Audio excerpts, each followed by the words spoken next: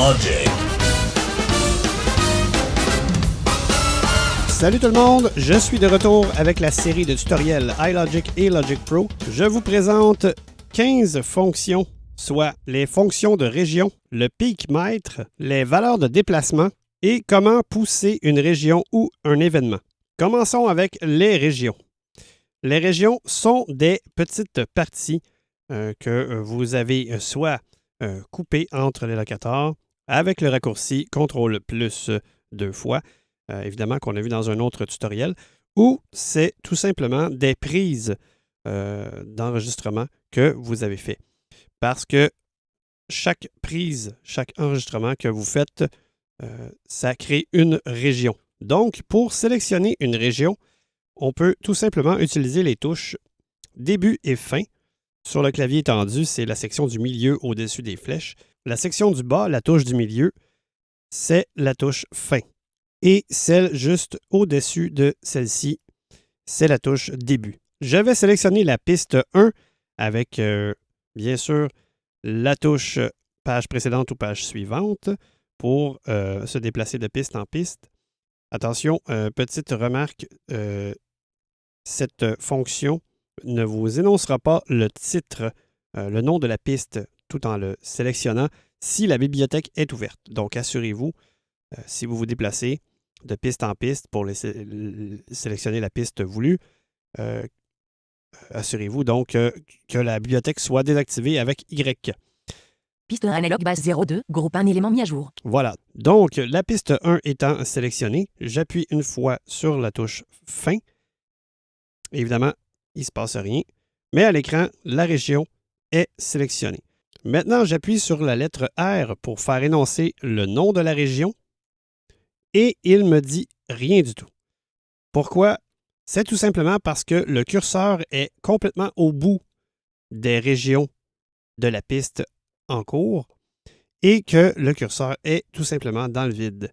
Donc, pour positionner la tête de lecture au début de la dernière région qui est disponible, à ce moment-là, je vais faire début et lui faire énoncer le nom de la région, encore une fois, avec la lettre R. Backroad Blues Lead Guitar 02.5. Et voilà. Et si je recule d'une autre région avec la touche début, toujours, et que je lui redemande de m'énoncer le nom de la région. Backroad Blues Lead Guitar 02.4. 2.4. Encore une fois début. Encore une fois R. Backroad Blues Lead Guitar 02.3. Vous voyez, donc, ça, ce sont tous des régions qui sont sur ma piste. Et si VO vous l'énonce en faisant R, c'est qu'elle est bien sélectionnée.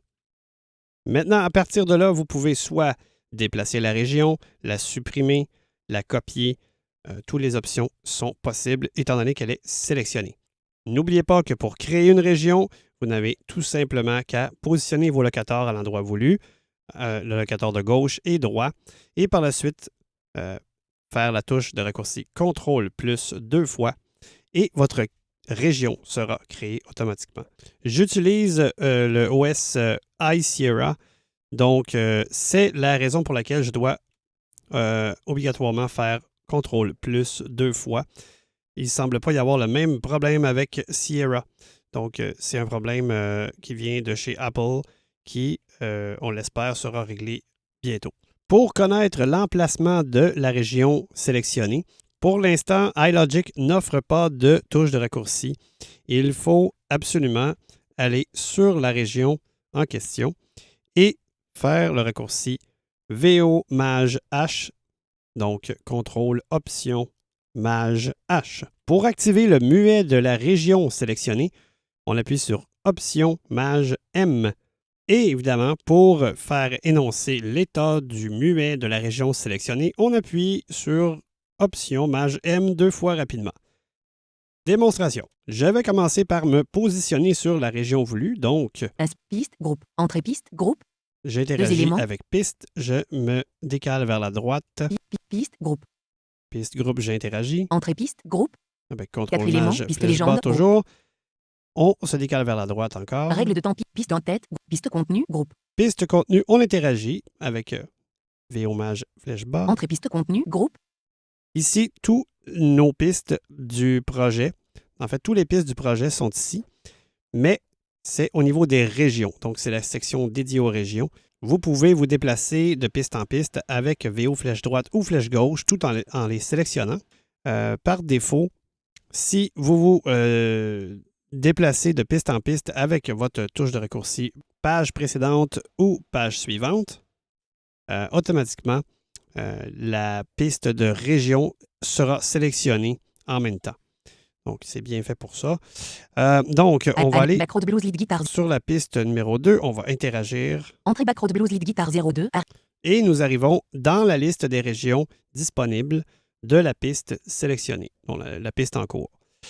Ici, on peut toujours se déplacer en sélectionnant de région en région avec début ou fin, ou tout simplement utiliser VO flèche gauche et flèche droite. 0. Back 0. Backroad Blues Lead Guitar 02.3 région. Voilà. Donc, pour connaître l'emplacement exact de la région qui est sélectionnée actuellement, on fait CTRL-Option, donc VO, Maj H. La région commence à 9 mesures un battement un tic et se termine à 13 mesures un battement un tic. Maintenant, je vais activer le muet de cette région puisqu'elle est sélectionnée avec Option Maj M. Muet de région activé. Et je vais lancer la lecture pour s'assurer que la région est bel et bien muet. Étant donné que je sais la position, donc la région commence à 9 mesures et se termine à 13, on va se décaler vers la gauche de une mesure. 9 mesures un battement un tic. 8 mesures un battement un tic. Avec le 1 du pavé numérique, bien sûr. Et je lance la lecture. 7 mesure 4 temps 8. Et voilà, on peut voir que la région qui dure de la mesure 9 à la mesure 13 ne joue plus.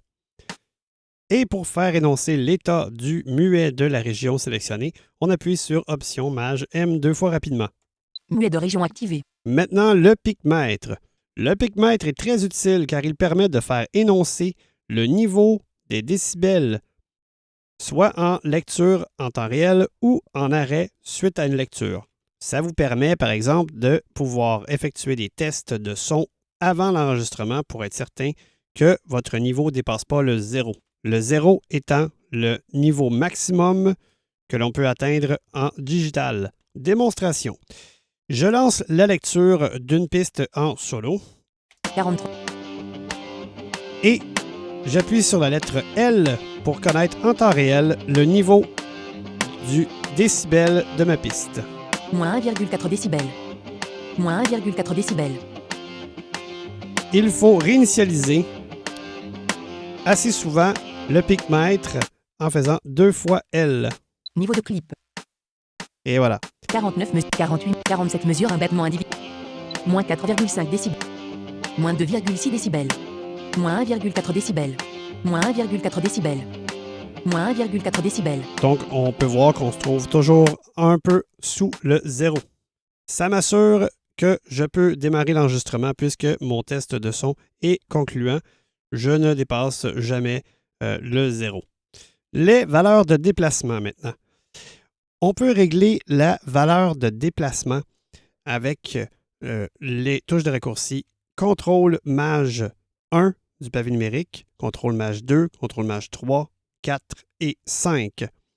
CTRL Maj 1, c'est régler la valeur de déplacement sur la mesure. CTRL Maj 2, régler la valeur de déplacement sur le temps. CTRL Maj 3, régler la valeur de déplacement sur 10 ticks. CTRL Maj 4, régler la valeur de déplacement sur le tick. Et CTRL Maj 5, régler la valeur de déplacement selon la valeur sélectionnée. Nous avons vu d'ailleurs ce fameux menu de division de la grille avec la touche de raccourci commande F4.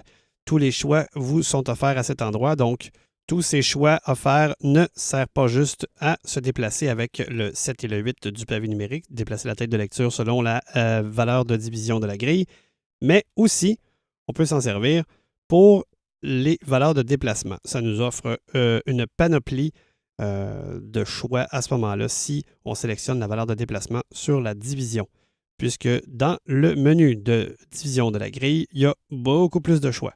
Démonstration. Nous allons déplacer une région d'une mesure. Donc, je vais sélectionner la valeur de déplacement selon la mesure avec CTRL Maj 1. Mesure cochée. Sur la mesure 44, je vais positionner mon locateur de gauche. Placez le locateur gauche. Sur la mesure 45, 45 mesure un battement indivision attique. je place mon locateur de droit avec moins du pavé. Placez le locateur droit. Et je n'ai qu'à le déplacer. Pour déplacer soit une région ou soit ce qui se trouve entre vos locateurs, c'est tout simple. Vous n'avez qu'à utiliser le raccourci Option, flèche gauche ou flèche droite. Évidemment, il faut absolument créer une région pour pouvoir déplacer quoi que ce soit, si évidemment cette région n'est pas déjà créée au préalable. Donc, suite à la pause de vos locateurs, encore une fois, CTRL Maj plus, 2 fois dans mon cas, et je suis fin prêt à déplacer. Parce que lorsque l'on crée une région, elle est automatiquement sélectionnée. N'est-ce pas merveilleux? Je fais Option flèche gauche une fois, et voilà la partie qui était entre mes locateurs, qui est devenue une région suite au raccourci CTRL plus. Maintenant, elle est déplacée d'une mesure vers la gauche. Je vais aller écouter le résultat. 43 mesure un battement indivision attique. 42 mesure. On va partir de la mesure 42. Écoutons le résultat. C'est activé.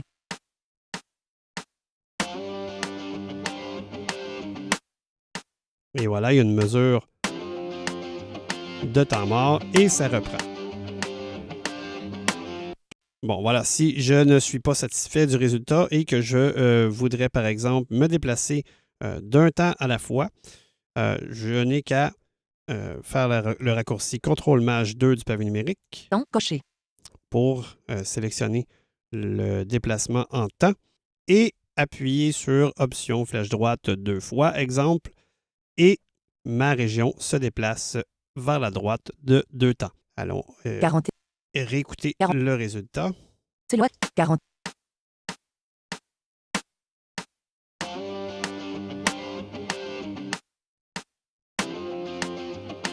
Voilà. 46 donc, mesures. vous avez remarqué que au lieu d'avoir 4 temps, donc une mesure pleine de temps mort, on a maintenant seulement 2 temps. Donc, c'est le même principe au niveau des déplacements, si vous voulez par 10 ticks, par tick ou selon la valeur de division. Voilà, j'espère que ça vous a plu. Si vous avez des questions ou commentaires, je vous invite sur le site web de iLogic au ilogic.fr ou par courriel au ilogic.contact, contact, @gmail.com.